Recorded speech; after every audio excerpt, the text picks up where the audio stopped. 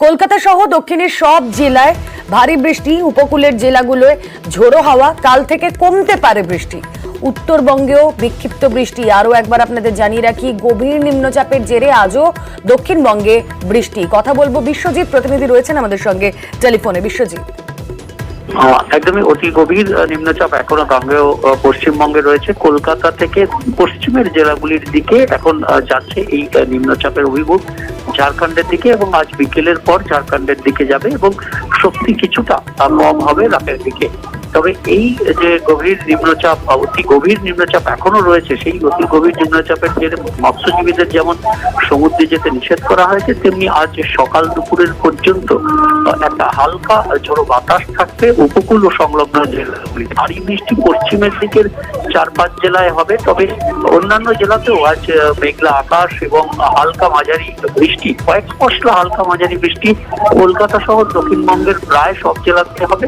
কিছুটা কম বৃষ্টি, তবে দুপুরের পর থেকে এই বৃষ্টির পরিমাণ কিছুটা কমতে থাকবে এবং রাতের দিকে অনেক জেলাতেই বৃষ্টির পরিমাণ কমে যাবে। পশ্চিমের জেলাগুলি ছাড়া ভারী বৃষ্টির সম্ভাবনা আজ আর সেভাবে নেই। তবে উত্তরবঙ্গেও বিক্ষিপ্তভাবে বৃষ্টি পার্বত্য এলাকার জেলাগুলিতে, বাকি জেলাতে। তবে আগামীকাল থেকে এই পরিস্থিতির উন্নতি হবে, কারণ ঝাড়খণ্ডে সরে যাবে এই নিম্নচাপ এবং শক্তি হারাবে। ধন্যবাদ বিশ্বজিৎ। ছবি দেখাবো জেলার বিভিন্ন প্রান্তের। বাঁকুড়ার ছবি আপনারা দেখছেন। শুক্রবার থেকে টানা বৃষ্টি, আজও বৃষ্টিতে বিপর্যস্ত বাঁকুড়া। জল বেড়েছে দ্বারকেশ্বর, গন্ধেশ্বরী সহ একাধিক নদীতে। বাঁকুড়ার পাশাপাশি অন্য জেলায় কি ছবি আপনাদের সামনে আমরা রাখবো। পুরুলিয়ার ছবি দেখবো এবার। টানা বৃষ্টি পুরুলিয়াতেও, সেখানেও টানা বৃষ্টিতে অব্যাহত অচলাবস্থা, সেই ছবি আপনারা দেখছেন। কাল থেকে আবহাওয়ার উন্নতির সম্ভাবনা, কিন্তু আজও বাঁকুড়া পুরুলিয়ার বিভিন্ন জায়গায় ভারী বৃষ্টি। নজর রাখবো ঝাড়গ্রামের দিকে। ঝাড়গ্রামে টানা বৃষ্টি, ফুসছে একাধিক নদী। ডুলুং নদীতে জল বাড়ায় চিল্কিগড়ে, ব্রিজের উপর দিয়ে বইছে জল। চিল্কিগড়ের সঙ্গে জাম্বির যোগাযোগ বিচ্ছিন্ন। কংসাবতী ও সুবর্ণরেখা নদীর জলও বাড়তে শুরু করেছে ইতিমধ্যে। কথা বলবো প্রতিনিধি রাজু, এই মুহূর্তে রয়েছেন সঙ্গে। রাজু,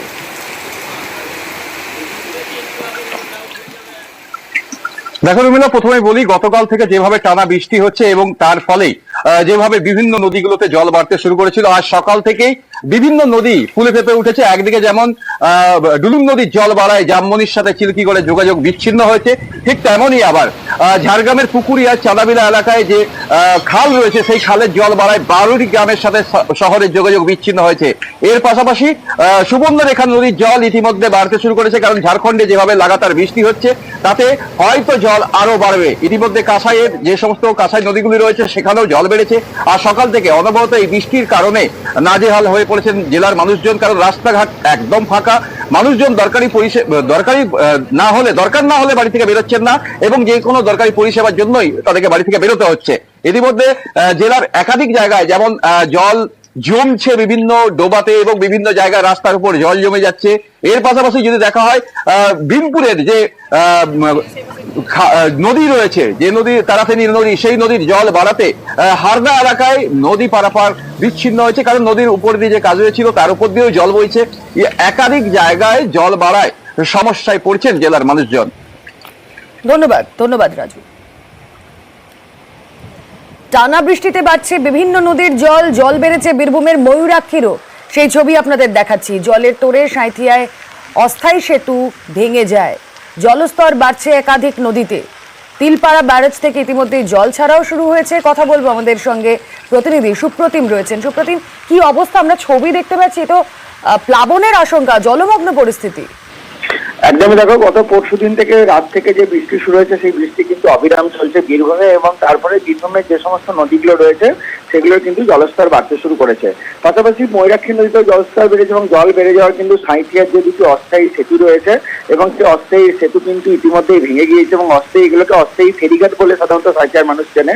এবং এটার সঙ্গে কিন্তু সাঁইথিয়ার সঙ্গে ময়ূরেশ্বর তারাপীঠ যাওয়ার এটা একটা শর্টকাট রাস্তা ছিল, এবং জলের স্তরে সেটাও ভেসে গেছে। এবং ময়ূরাক্ষী নদীতে যেহেতু জল বাড়ছে, সেই জন্য কিন্তু শিউরি তিলপাড়া জলাধার থেকে 2500 কিউসেক জল ইতিমধ্যেই ছাড়া হয়েছে। তবে যেহেতু বীরভূমের পাশেই ঝাড়খণ্ড, সেখানেও যেহেতু বৃষ্টি চলছে এবং যেহেতু পশ্চিমবঙ্গ সরকারের নিয়ন্ত্রণাধীন সেখানে ম্যাসেঞ্জার জলাধার রয়েছে, সেখানেও জলস্তরের উপরে নজর রাখা হচ্ছে। যদি খুব কারণে খুব বেশি বৃষ্টি হয় তাহলে কিন্তু ম্যাসেঞ্জার জলাধার থেকেও জল ছাড়া হতে পারে। আচ্ছা। তবে ইতিমধ্যে কিন্তু বীরভূমের যে সমস্ত নদীগুলোতে জল বেড়েছে, প্রশাসন কিন্তু সেদিকে সজাগ দৃষ্টি রেখেছে। অনেক ধন্যবাদ সুপ্রতিম। নজর দক্ষিণ 24 পরগনায়, সেখানেও নাগারে বৃষ্টি, উপকূল এলাকায় ঝোড়ো হাওয়া, টানা বৃষ্টিতে বেশ কিছু এলাকায় জলমগ্ন। গভীর নিম্নচাপের জের উপকূল এলাকায় চলছে মাইকিং, সমুদ্রে যেতে নিষেধ, গঙ্গাসাগরে বাড়ানো হয়েছে নজরদারি। ছবি দেখছেন আপনারা। কথা বলবো বিশ্বজিৎ হালদার, প্রতিনিধি আমাদের সঙ্গে রয়েছেন সরাসরি। বিশ্বজিৎ, কি পরিস্থিতি? বিভিন্ন জায়গায় আমরা মাইকিং এর ছবি দেখতে পাচ্ছি, জলস্তরও বাড়ছে।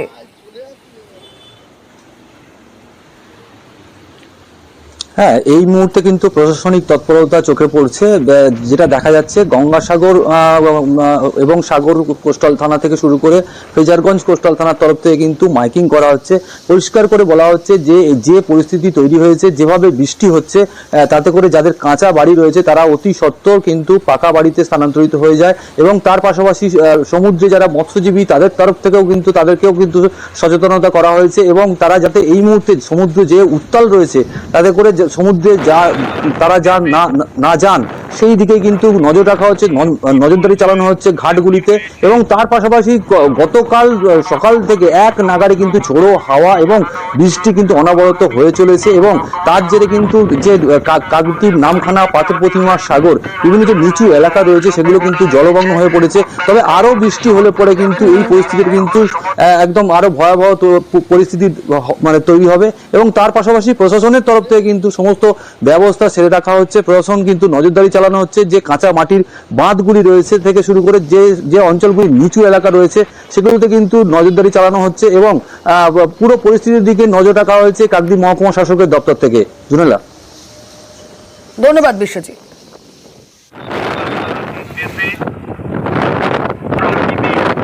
বিপর্যয়ের সৃষ্টি হয়েছে, কোস্টাল থানার পক্ষ থেকে সমস্ত মৎস্যজীবীকে জানানো হচ্ছে আগামী 3 দিন বঙ্গোপসাগরে নিম্নচাপের ফলে ভারী থেকে অতি ভারী বৃষ্টি ও ঝোড়ো হাওয়া হওয়ার সম্ভাবনা রয়েছে। আপনারা কেউ গভীর সমুদ্রে যাবেন না। যারা এখনো সমুদ্রে রয়েছেন তাদের অতি দ্রুত ফিরে আসার জন্য অনুরোধ করা হচ্ছে।